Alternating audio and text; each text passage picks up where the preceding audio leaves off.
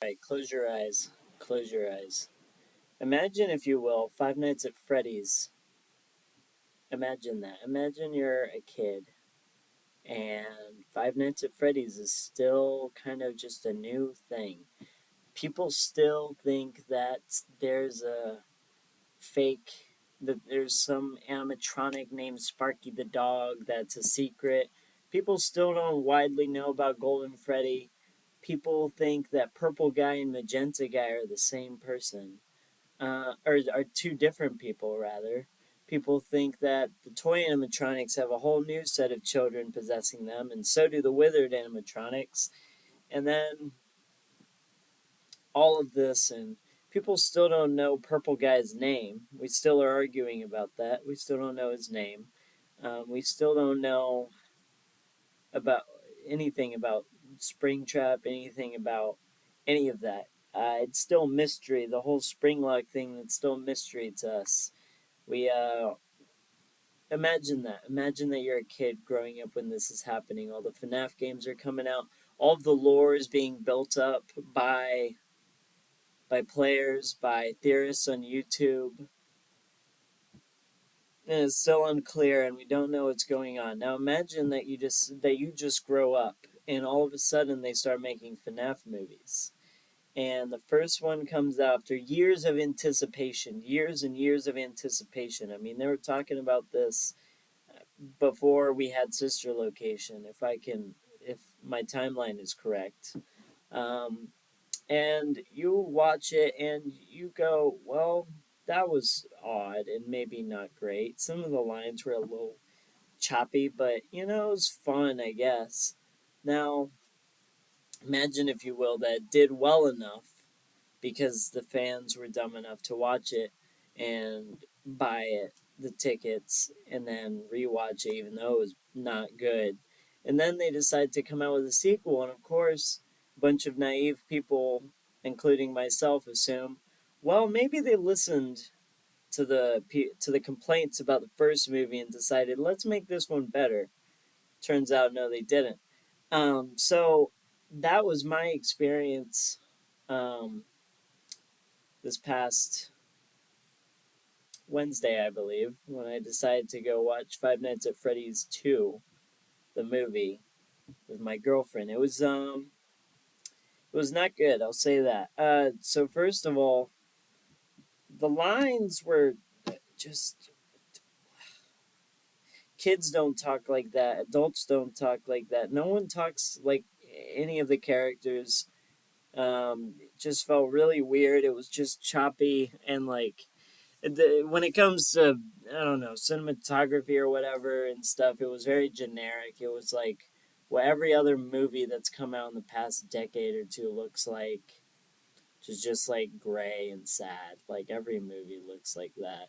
Every single movie that's come out in the past decade or two has looked like that.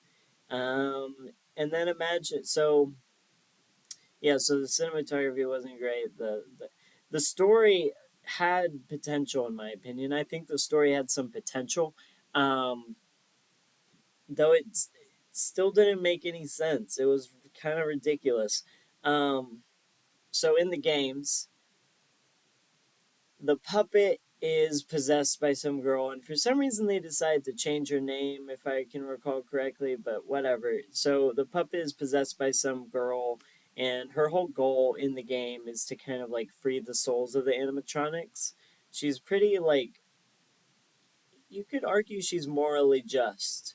Um, in the movie they were like, what if she was evil? What if she just was evil? Like, what if we like saw her being all nice and sweet at the very beginning? Because they show this flashback to her as a child when she actually got killed, and it's like she went out of her way to help a kid that was getting lured away by William Afton, Purple Guy, Springtrap, and she went out of her way to try and help him, and then she got caught, and he killed her. Um, but then, like, for whatever reason, they were like, she's gonna just be so evil. Once she possesses the puppet, she's evil. And they basically explain this as like, um,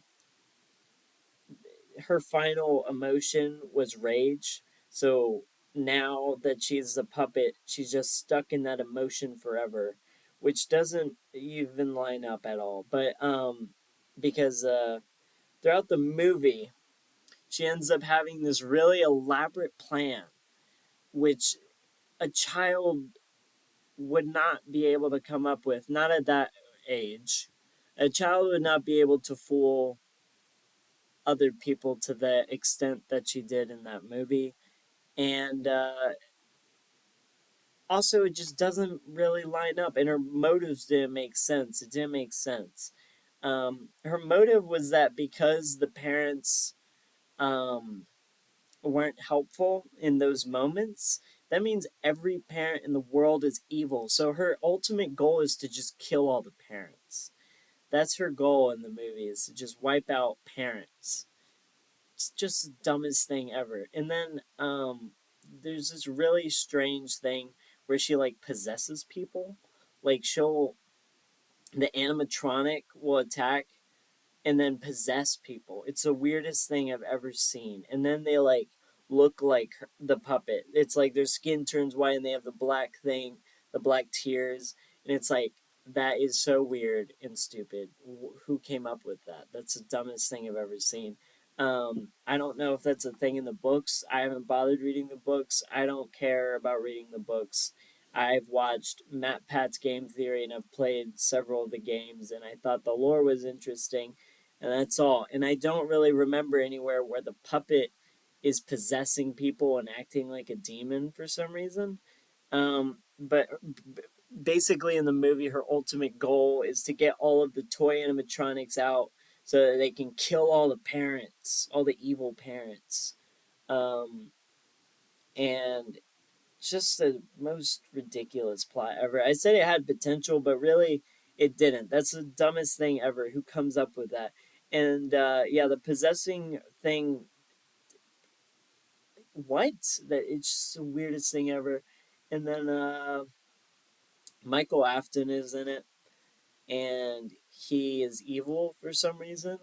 And let me just say this: I like that FNAF is kind of open ended in the sense like you can kind of tie the strings together, figure out the plot yourself, figure out the lore yourself.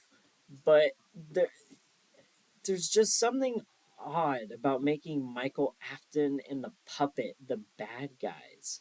Why are they evil? That doesn't make any sense. If you've played the games or at the very least watched a few MatPat videos, you'll know like it is pretty much confirmed through the games. Like this isn't even like a theory. Like you see in the games that the puppet has good intentions. The puppet is trying to free the souls of these killed children. That's like her goal.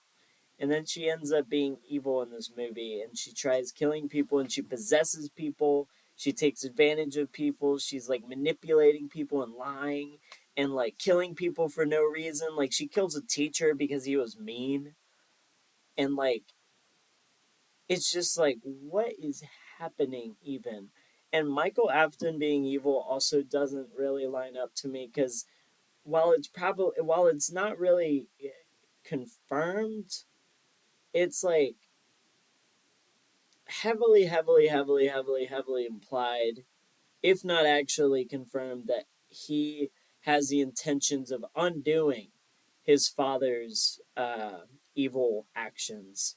And in this movie, his whole goal is to continue his father's evil actions by killing more people, picking up where his dad left off. Um,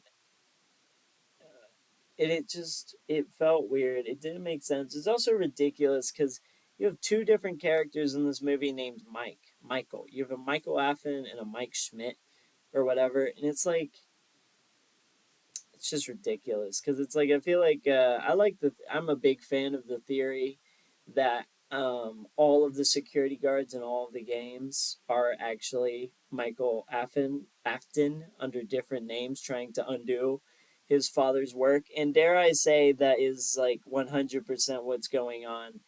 Um, and this movie just